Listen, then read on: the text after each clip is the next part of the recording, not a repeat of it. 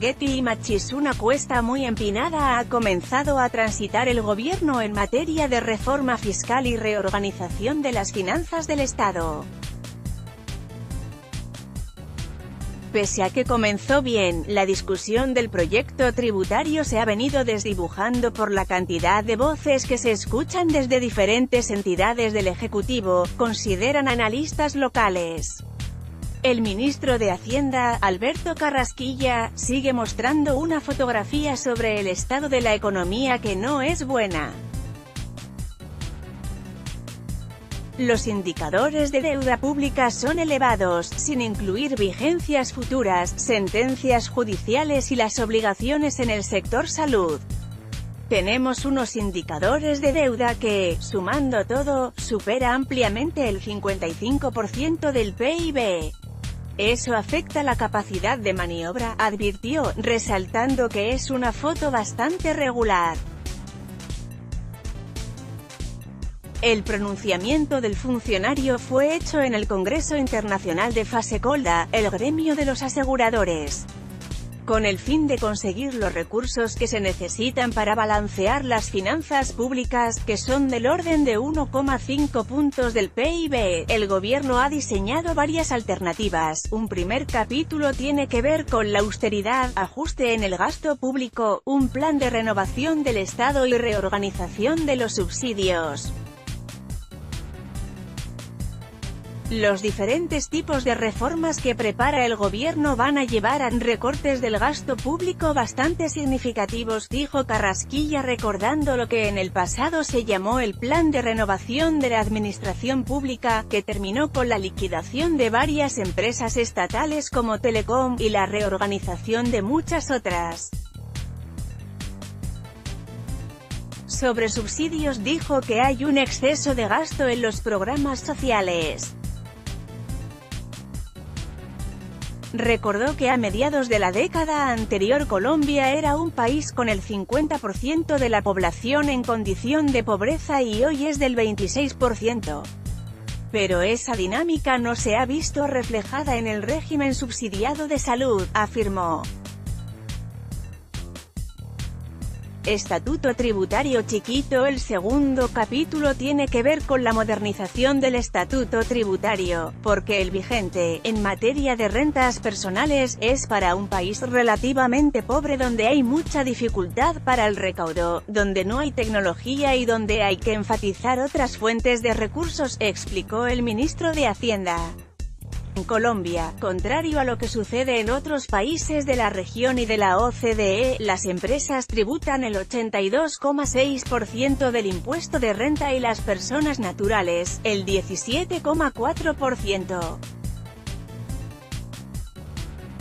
Eso no tiene sentido, sostiene Guillermo Perry, exministro y miembro de la Comisión del Gasto.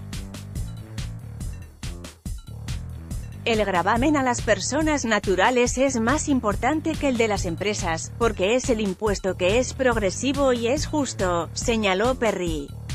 La carga tributaria corporativa muestra que 3.143 empresas consideradas grandes pagan una tasa de 29%, unas 7.250 medianas sociedades lo hacen con el 32,8% y 6.860 pequeñas responden por un impuesto de renta de 34,6%. Recientemente el presidente Iván Duque anunció mayor carga tributaria para las personas ricas con un alivio para las empresas. Si eso pasa, advierte Perry, lo que va a suceder es que los asalariados de ingresos altos van a pagar más, pero los más ricos no van a pagar más, porque sus ingresos no son de salarios, sino de dividendos y de ganancias de capital que no los están gravando. Juan David Escobar Franco, presidente de Seguros-Sura Colombia, destacó el interés de reducir la sobrecarga de impuestos a las empresas, que se busque ampliar la base de contribuyentes personas naturales y combatir la evasión y elusión, aprovechando bases de datos disponibles de transacciones. El estatuto tributario le está quedando chiquito al país, sostiene Carrasquilla, tras indicar que Colombia es un país de ingreso medio, con una clase media en proceso de expansión y de crecimiento, lo cual indica que la carga tributaria de las personas debe ser mayor. La modernización y reacomodamiento del estatuto tributario se busca solucionar con la ley de financiamiento, anticipó el funcionario. El capítulo de evasión y elusión tiene dos componentes, un régimen tributario simple y un uso sofisticado de la información financiera y transaccional de la economía. El IVA, una discusión política. El promedio de tasa del IVA del 16% que tiene Colombia la ubica en la parte media de la tabla entre varios países del mundo. Cuando se compara con el recaudo comienza a bajar y cuando se mide con eficiencia y productividad llega al final de la lista. El recaudo del IVA en Colombia no rinde porque tiene muchas exenciones y excluidos. Cifras del ministerio indican que el costo fiscal de los bienes excluidos y exentos del IVA es cercano a 57 billones de dólares. Perry considera que más de la mitad de la producción de bienes y servicios de la economía no genera IVA. Pero las exenciones benefician más a los grupos de altos ingresos, el 10% de los ricos del país se lleva el 27% del valor de esas exenciones y las que realmente favorecen a los pobres apenas es del 4%.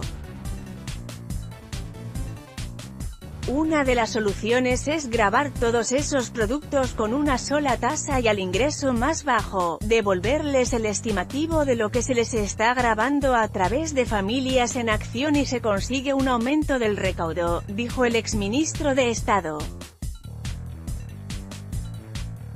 Sin embargo, advirtió que eso es difícil políticamente en el Congreso, porque se presta a una discusión populista.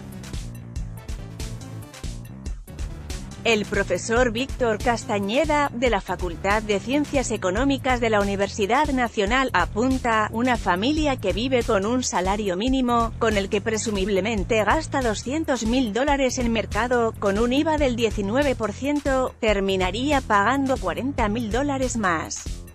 Para una población que vive con un mínimo ese monto representa bastante dinero, e independientemente de que logren devolvérselo en un futuro, el problema es que si no pueden contar con ese dinero hoy, no tienen cómo sobrevivir.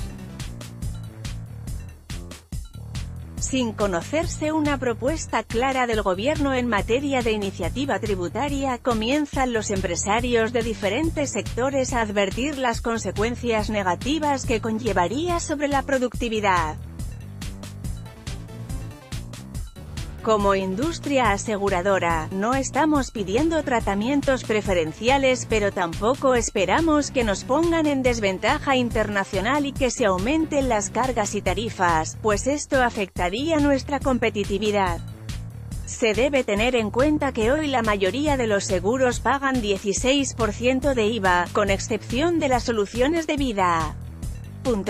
Si esta tarifa sube, sería restrictivo para la necesidad de protección de personas que cubre en su mayoría población de ingresos medios y empresas, e iría en contravía de lograr una mayor penetración de los seguros en el país que actualmente es muy baja, indicó Escobar Franco.